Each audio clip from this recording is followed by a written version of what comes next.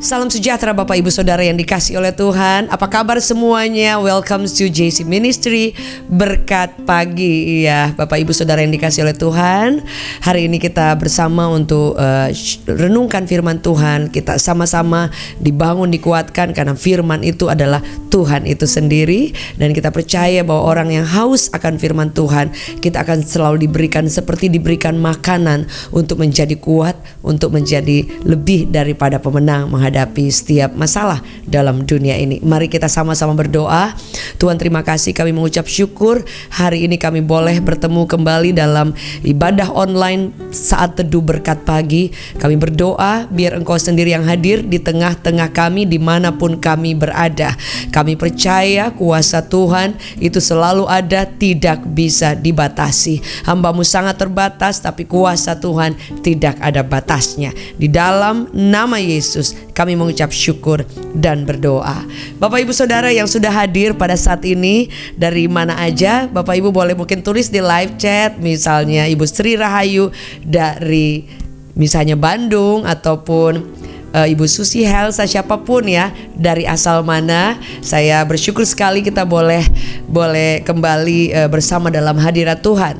Saya berterima kasih, beberapa waktu saya ada pergi ke berbagai daerah, juga ke Singapura, ke Batam, dan beberapa kota yang lain, saudara. Dan selalu ketemu dengan orang-orang yang selalu bilang, saya setiap pagi sudah standby. Saya selalu ibadah bersama dalam ibadah online, baik berkat pagi, revival maupun reward Church Official. Dan saya sangat terharu sekali karena kita mungkin jaraknya jauh, bahkan ada yang belum pernah ketemu, tapi ternyata kita boleh bertemu dengan jarak yang jauh di dalam hadirat Tuhan. Dan sangat terharu, jadi saya boleh saling menyapa, kita foto bareng, kita saling menguatkan, saling mendoakan. Dan saya percaya kita ini adalah keluarga Allah. Sekali lagi Bapak Ibu Saudara, sekali lagi tuliskan di live chat, Yesus kita dahsyat. Karena saya percaya hanya kedahsyatan Tuhan yang membuat kita ada sampai hari ini. Saudara, hari ini saya ingin bagian firman Tuhan, siapa yang dipilih Tuhan. Kita dalam suasana Natal, jadi beberapa waktu ini selama bulan Desember kita akan merasakan all about Christmas dari setiap sharing yang ada, baik hari Minggu jam 9 pagi di YouTube Reward Church Official maupun di YouTube Jack and Zelosia Official, semua tentang Christmas. Bagaimana Yesus lahir kita rayakan, bagaimana kasih dan anugerah Tuhan dalam momen Christmas ini kita boleh menjadi begitu kuat, begitu merasakan nyata kasih dan anugerah Tuhan yang luar biasa. Bapak Ibu Saudara yang dikasihi oleh Tuhan, satu kisah yang kita tahu dalam Alkitab, ketika pada malam yang gelap, kemudian malaikat datang menemui gembala-gembala. Saudara, gembala-gembala itu mereka adalah orang-orang yang sangat sederhana, tetapi yang sangat luar biasa. Malaikat bisa diutus untuk datang memberitakan kabar sukacita. Saudara, jadi para gembala itu sedang berada di Bethlehem. Jadi kawanan dombanya mereka menerima berita tentang kelahiran Yesus. Mereka adalah orang yang sederhana, namun mereka juga sederhana dan tanpa kebudayaan yang tinggi. Maksudnya bukan orang-orang yang di Israel, mereka sangat menyanjung ada banyak hal-hal yang memang sudah dibangun, saudara ya. Tetapi gembala-gembala ini adalah orang yang boleh dibilang, kalau gembala pada zaman dulu itu adalah orang yang sederhana. Karena kalau tidak, mereka tidak akan menjadi gembala. Itu yang saya selalu sharingkan, saudara. Jadi mereka adalah orang sederhana, mungkin juga dengan latar belakang pendidikan yang kurang, budaya juga mungkin kurang, karena memang ada perbedaan dengan orang-orang yang mungkin memiliki pendidikan tinggi, memiliki juga sesuatu banyak hal yang memang tinggi. Contoh soal, kalau di Indonesia ada orang yang memang mereka dibesarkan dari keluarga kerajaan, keraton, berbeda dengan orang yang mungkin hanya dari golongan yang biasa. Jadi mereka secara budaya, orang yang di keraton, mereka memiliki kayak aturan-aturan, ya culture, budaya, sesuatu yang sudah dibangun yang menjadi peraturan-peraturan yang keharusan, saudara. Jadi kalau kita tahu bersama, kalau di kerajaan Inggris pun ketika orang mau datang itu harus menyembah, harus benar-benar ada sujudnya, ada sikap hormatnya, karena memang budaya semua yang dibangun, tata peraturan-peraturan yang ada itu berbeda dengan orang yang biasa. Nah, gembala ini tergolong jauh lebih biasa daripada orang pada umumnya. Jadi mereka adalah orang sederhana, tetapi yang membuat kita terkejut, kenapa Tuhan boleh membawa kabar kepada orang yang sederhana, saudara. Firman Allah berkata seperti ini. Dikatakan bahwa kemudian Tuhan membawa kabar, saudara, dalam Lukas 2 ayat 9. Malaikat Tuhan berkata, jangan takut, karena mereka itu sudah takut ketika melihat ada malaikat di depan mereka dengan kemuliaan Tuhan yang bersinar. Dia katakan bahwa jangan takut, sebab sesungguhnya aku memberitakan kepadamu kesukaan besar untuk seluruh bangsa. Hari ini telah lahir bagimu juru selamat, yaitu Kristus Tuhan di kota Daud. Dan inilah tandanya bagimu, kamu akan menjumpai seorang bayi dibungkus dengan lampin dan terbaring di dalam palungan, saudara. Jadi pada saat itu, Bapak Ibu Saudara, berita yang dibawa ini adalah berita yang sesuatu berita yang tidak mungkin, sebenarnya mustahil, karena seorang raja tidak mungkin lahir di tempat yang sederhana. Seorang raja biasa dia akan lahir bahkan disambut dengan cara-cara yang luar biasa. Pada zaman itu kita tahu ada Raja Herodes. Sampai Raja Herodes berpesan kepada para orang-orang Majus. Dia katakan, kamu cari dia, kalau kamu ketemu bilangin, kasih info, karena aku akan datang dan menyembah. Saudara, karena pada saat itu kalau seorang raja lahir pasti berbeda. Tetapi ini sangat-sangat bertolak belakang. Kita tahu bersama bahwa Yesus itu lahir di palungan. Saudara, di Israel itu palungan itu orang-orang bilang kan seperti kandang, tapi ternyata itu memang itu. Kalau saya pernah ke Israel beberapa kali, saudara ya, dan di sana itu lahirnya Yesus di Bethlehem yang kita bilang di kandang itu seperti kayak suatu tempat yang memang dibilang kandang bisa iya, tapi itu sejenis gua, saudara ya. Kalau kita lihat di Bethlehem, Bapak Ibu kalau pernah ke Bethlehem dan melihat ketika tempat di mana Yesus lahir itu seperti gua, dan di situ pada saat itu dikatakan bahwa ada banyak binatang-binatang di sekeliling, karena memang itu kandang yang memang ditempati oleh binatang-binatang yang ada, saudara. Tapi kemudian yang kabar luar biasa, juru selamat kita itu lahir di tempat yang sangat sederhana. Apa yang ingin saya bagikan Bapak Ibu Saudara, karena yang kita tahu bersama dikatakan di daerah itu, jadi Lukas 2 ayatnya yang ke-8, di daerah-daerah itu ada gembala-gembala yang tinggal di padang menjaga kawanan ternak mereka pada waktu malam. Dan ayat selanjutnya dikatakan, kemudian tiba-tiba malaikat datang, kemuliaan Tuhan meliputinya, saudara. Jadi Bapak Ibu Saudara, siapa yang dipilih Tuhan? Kenapa Tuhan memilih gembala yang konon orang yang sederhana, orang yang biasa? Tapi inilah orang-orang yang pertama-tama di awal menerima kabar sukacita. Saudara, tidak banyak saya share, saya hanya ingin bagikan bahwa siapapun kita, mungkin kita dianggap rendah oleh orang lain, kita tidak punya posisi, mungkin Bapak Ibu mungkin berbeda mungkin dengan orang-orang yang lain yang punya posisi, yang punya kesempatan lebih. Tapi setiap orang kita dipilih oleh Tuhan. Boleh tulis di live chat, saya dipilih Tuhan. Siapapun kita dipilih Tuhan, karena gembala saja yang orang biasa saja, yang tidak punya mungkin sesuatu yang tinggi yang bisa mereka mungkin banggakan atau dilihat oleh orang, itu saja dipilih Tuhan untuk membawa berita pertama kali kelahiran Yesus, Raja di atas segala raja. Jadi apa yang harus kita lakukan Bapak Ibu Saudara? Ingat baik bahwa tidak pernah Tuhan memilih atau pandang bulu. Setiap manusia sama. Alkitab mencatat dalam Roma 3:23, semua manusia sudah jatuh dalam dosa dan kehilangan kemuliaan Allah, tapi anugerah Allah menyelamatkan setiap kita. Jadi Anda dan saya adalah target dari kasih karunia Tuhan, saudara. Setuju? Boleh katakan amin. Dan saya percaya tidak ada alasan buat kita untuk merasa bahwa saya orang biasa, saya dari keluarga yang sederhana, saya orang gagal, saya orang yang tidak terpandang, atau apapun itu yang kadang-kadang membuat kita merasa minder, membuat kita merasa seperti tidak pantas, saudara. Karena Yesus sudah pantaskan kita ketika dia mati di atas bukit Kalvari, di kayu salib. Dia katakan tetelestai, selesai, saudara. Tidak ada perlu ditambahkan lagi. Anda hanya perlu untuk bertobat, percaya bahwa Yesus Kristus menyelamatkan setiap kita. Dan Anda dan saya dipilih Tuhan. Tidak ada yang membedakannya, saudara. Sehingga apa nilai yang ingin saya bagikan, saudara? Siapapun kita, engkau dipilih Tuhan. Itu yang paling pertama. Dan yang kedua, apa yang kita dapatkan pelajaran lewat gembala-gembala ini, saudara?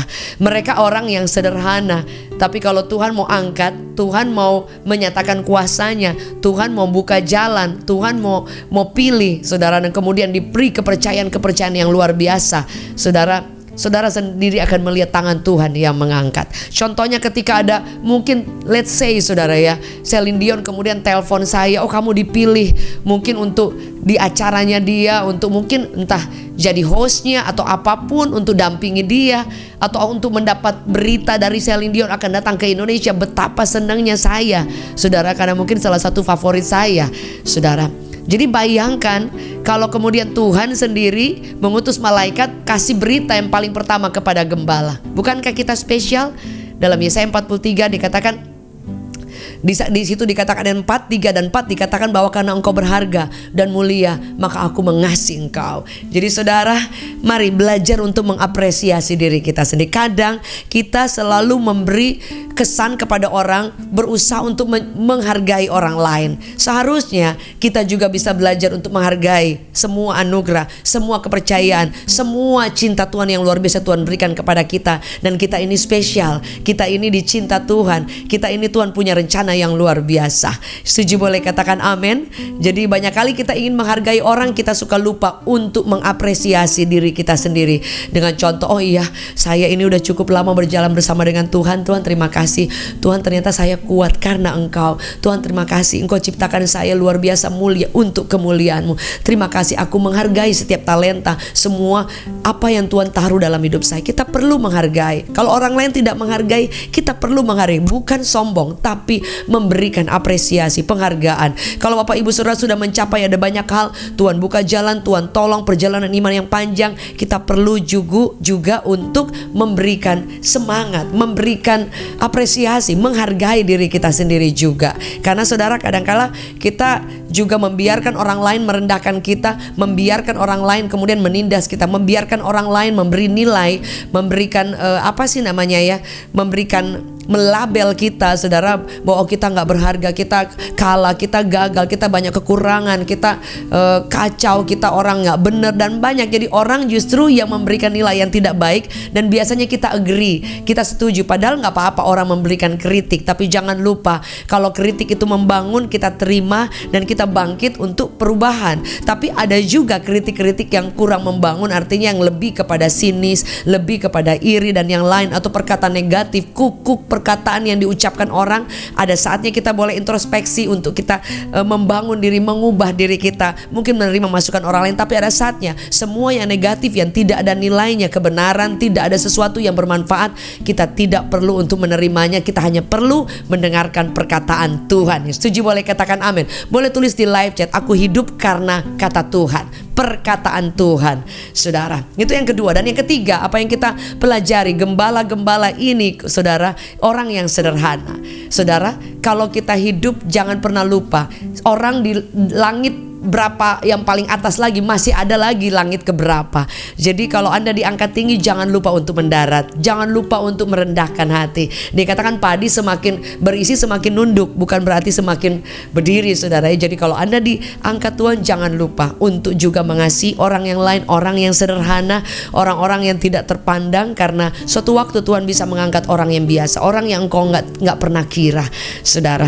Firman Allah berkata seperti ini, saudara. Dalam ayat firman Tuhan saya bacakan dalam 1 Korintus 1 ayat 27 sampai 29. Tetapi apa yang bodoh bagi dunia dipilih Allah untuk memerlukan orang-orang yang berhikmat. Apa yang lemah bagi dunia dipilih Allah untuk memerlukan apa yang kuat. Apa yang tidak terpandang dan hina bagi dunia dipilih Allah. Bahkan apa yang tidak berarti dipilih Allah untuk meniadakan apa yang berarti, supaya jangan ada manusia pun yang memegahkan diri di hadapan Allah. Bukankah kita sering mendengarkan kisah-kisah orang yang sederhana, orang yang boleh digolongkan orang bilang miskin, orang yang tidak punya apa-apa, sekolah juga tidak tinggi, kemudian dalam sekejap Tuhan buka jalan, Tuhan angkat dengan luar biasa. Saya ketemu dengan seorang pengusaha wanita muda, dan dia bilang, saya dibanding orang yang lain udah jauh lebih sukses, punya nama, pokoknya luar biasa, udah kaya, diberkati. Tapi dia adalah orang yang baru belum lama lulus dari jurusan kuliah yang dia ambil, saudara. Tapi kemudian dia bilang dia hanya mengandalkan Tuhan. Saya tahu saya orang sederhana, tidak punya apa-apa, tidak punya mungkin maksudnya kemampuan yang lebih ini yang kalau disandingkan dengan orang-orang yang sudah luar biasa, tapi dia punya Tuhan. Nah saudara, dia cerita dengan bercurah air mata bahwa Tuhan membuka jalan, Tuhan memberikan kesempatan. Dan saya tahu berkat Tuhan tidak pernah meleset.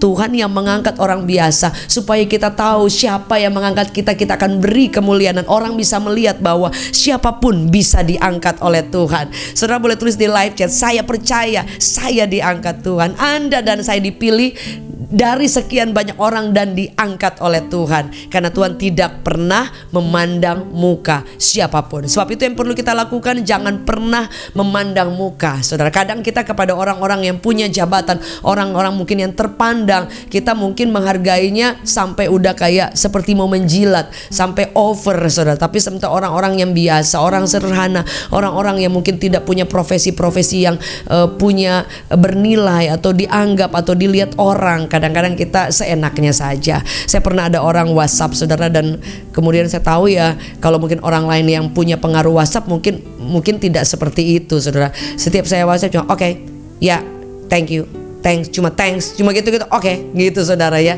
Jadi buat saya pikir bahwa kalau mungkin beliau menjawab orang lain mungkin nggak seperti itu, saudara. Dan ini menjadi pelajaran buat saya juga. Jadi ketika saya memperlakukan orang atau menjawab atau apapun ya, saya berusaha, masih belajar sampai hari ini.